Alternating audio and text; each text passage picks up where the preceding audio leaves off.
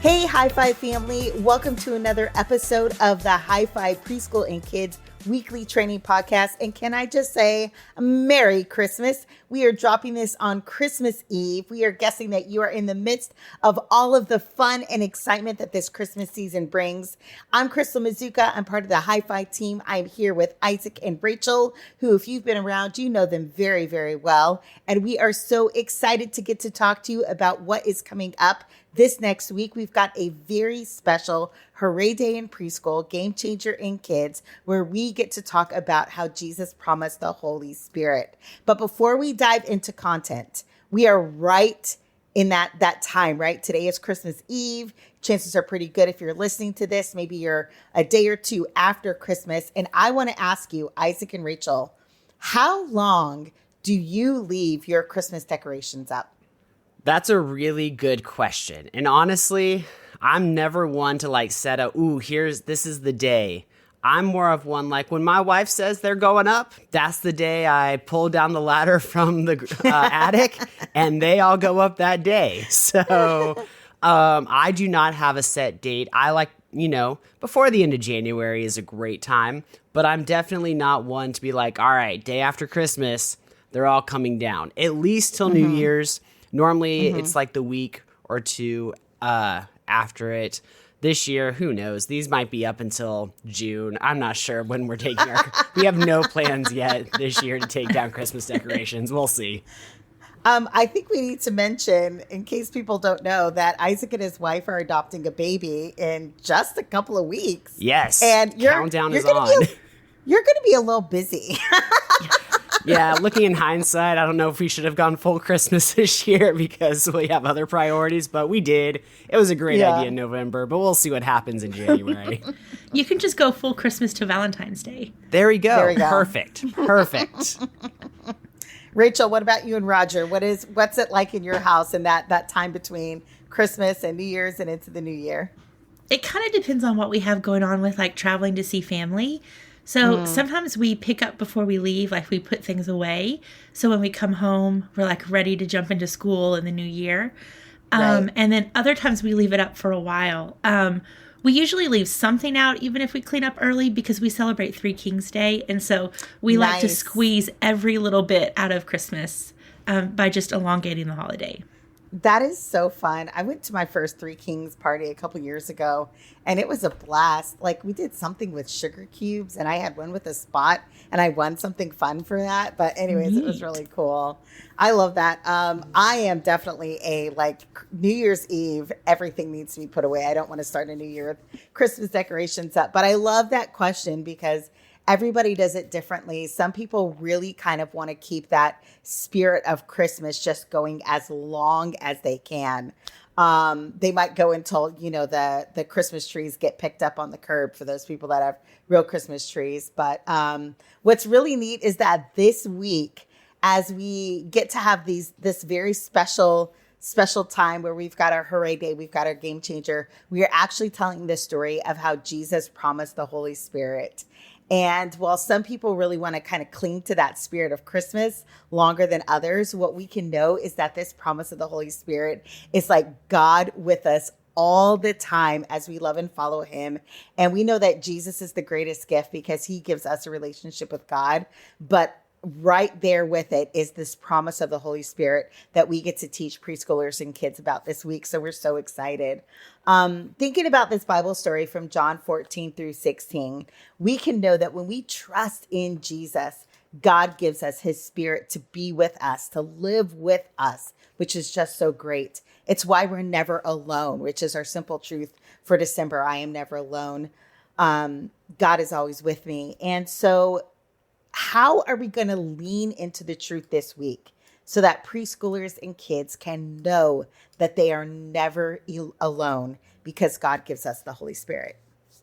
Yes, I'm so excited to teach kids and preschoolers this week, whether it's Game Changer, whether it's Hooray Day, to be able to lean into this idea that we are never alone. And the story actually starts in John where Jesus is leaving his disciples. And this kind of seems like a sad moment where this person that they've been following for the last few years, that they've seen do a bunch of miracles, who has shown them who God is, He's now saying, okay, I'm going away. And it could probably feel kind of like, oh, he's going to leave this huge void in our lives, someone we've depended on, someone who has really shown us the truth. Where are we going to receive this truth? But I love the promise that Jesus makes here, because he promises not to leave them alone, not to leave them by themselves, that he is going to send his Spirit to be with them, that the Spirit, the Counselor, the Holy Spirit will teach you and remind you of everything I have told you. That's what he said. And I love that reminder, because that's something that we need every single day. We need that reminder of what Jesus has said. We need that reminder to guide us, to help us follow God in each and every moment of each and every day. And I love that we can share with these kids that they aren't alone. When they're making a tough decision in their life, they're not alone. When they're having trouble, or when they're having something that feels impossible for them, they are not alone. The Spirit of God is with them, guiding them, counseling them, loving them, and giving them peace in every single moment. And that's such an amazing truth that we can share with these kids this week and starting to go through the rest of the year. Yeah. I can remember when I was a young Christian in college, and just thinking about how much better the disciples had it, because they could walk, like they got to walk side by side with Jesus. And like, man, it must have just been so much easier to follow him when you could like see him and like literally like hear him talking to you face to face like that. But the truth is, he says, it is better for you that I go, because I can send the Holy Spirit. And that is just mind blowing to me, that Jesus actually even says it is better for you to have the Holy Spirit than to even physically have me with you, like the disciples knew. I just think that that's amazing. But I think it also like kind of leads to why it can be so challenging for us to talk about the Holy Spirit with preschoolers and kids who are pretty concrete thinkers. And so this week, we're going to use some tangible examples to try and help preschoolers and kids understand that God is with them in a concrete way, even though we know that the Holy Spirit, you can't see him. And so what are the examples going to be, Rachel, that we're going to use in preschoolers and with kids this week? And how do you think that this is really going to help them start to grasp the concept and the idea and the truth of who the Holy Spirit is?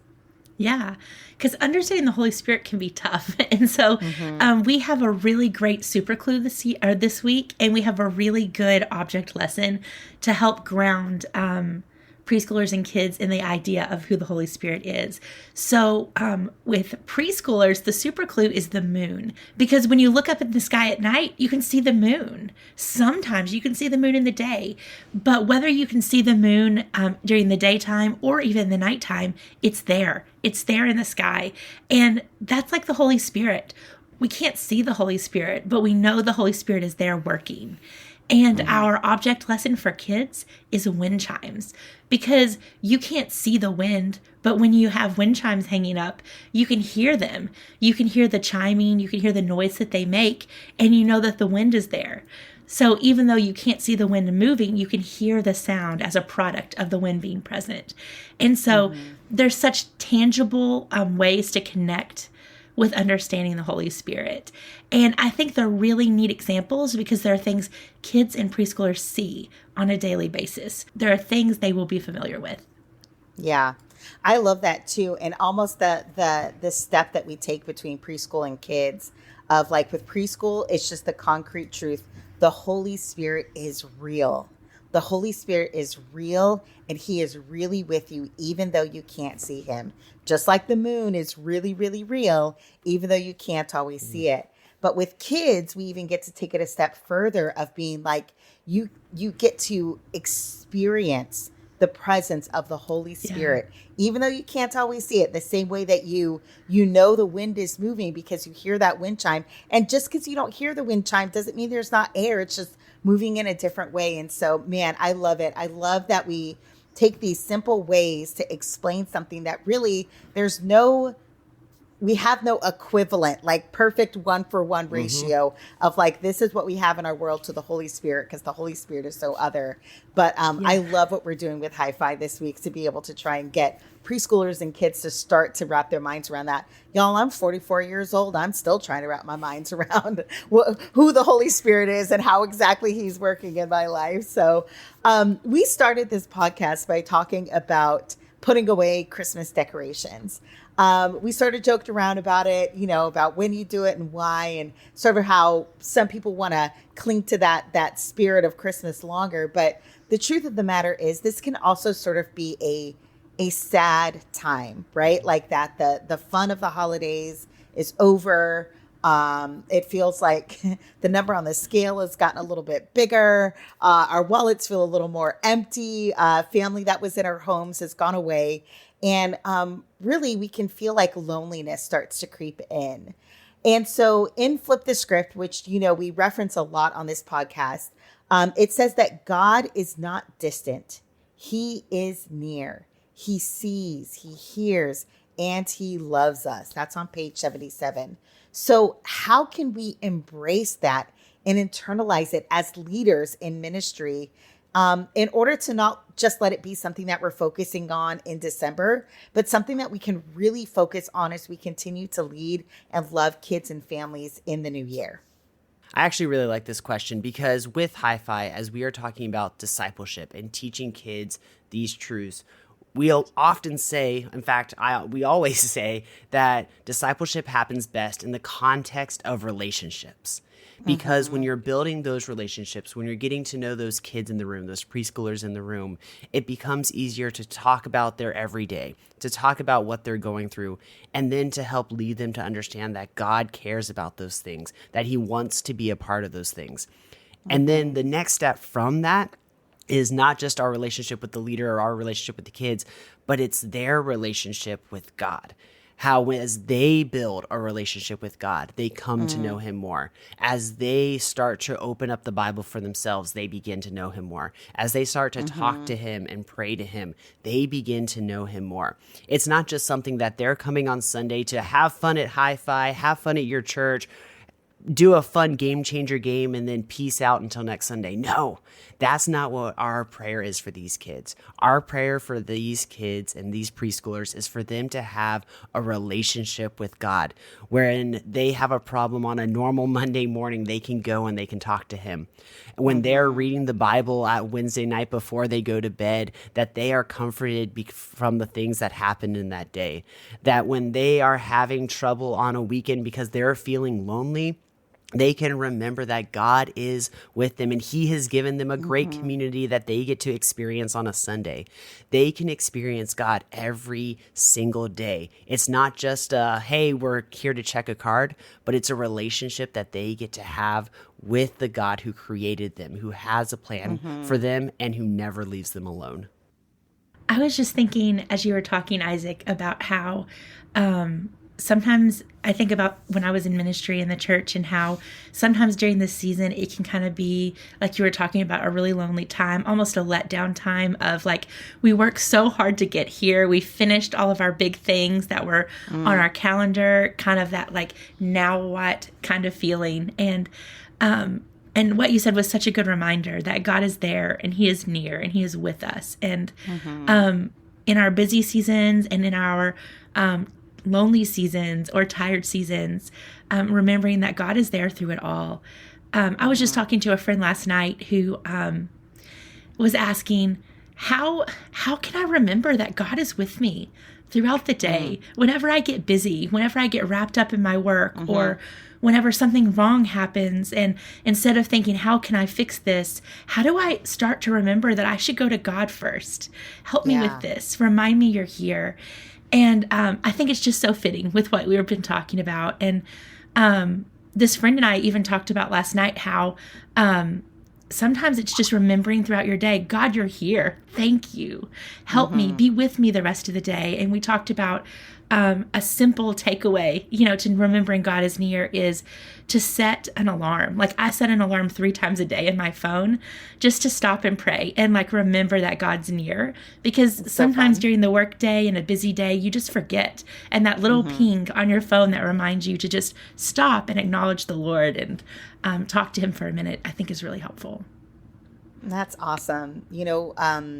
Listeners, one of the great things about being a part of this Hi-Fi team is that like our team leader, Kayla, our team manager, Jeremy, even all the way up to Lifeway's president, Ben Mandrell, all of them constantly are telling us like, you cannot put out curriculum, resources, anything if your heart is not connected to the Lord. If you yourself are not in a place spiritually with him, where you are spending time with him daily, where your relationship with him is growing, you can't do what it is that you're here to do.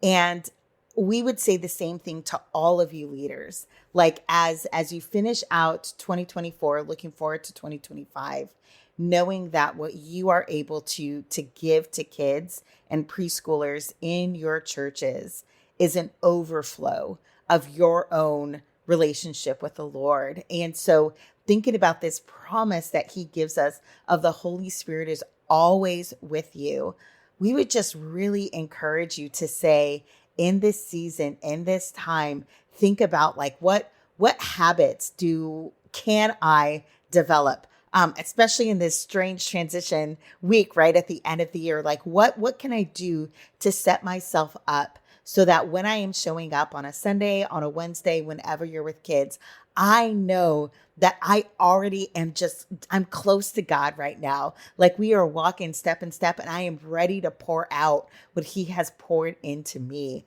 It's just such a good thing that I think we all do a really good job of during the Christmas season because it's Christmas. But it's also a really good goal for us to set for ourselves as we look towards the new year, remembering that we are never alone, remembering that God is with us and that he sends us the Holy Spirit. So thanks so much for joining us. We hope that you have had an amazing December so far, that you're going to enjoy this great week. When we come back and next time, we are officially going to be in 2025, which is just crazy and exciting. But that also means, of course, for Hi-Fi, we have a new simple truth. We've got new themes. And so you can know that preschool is going to have this idea of God takes care of me. And it is A to Z, God takes care of me. And with kids, the simple truth is I am secure. And our theme is going to be locked in. It's going to be rock climbing. It's super duper fun. And so until then, Merry Christmas, Happy New Year, and we will talk to you soon.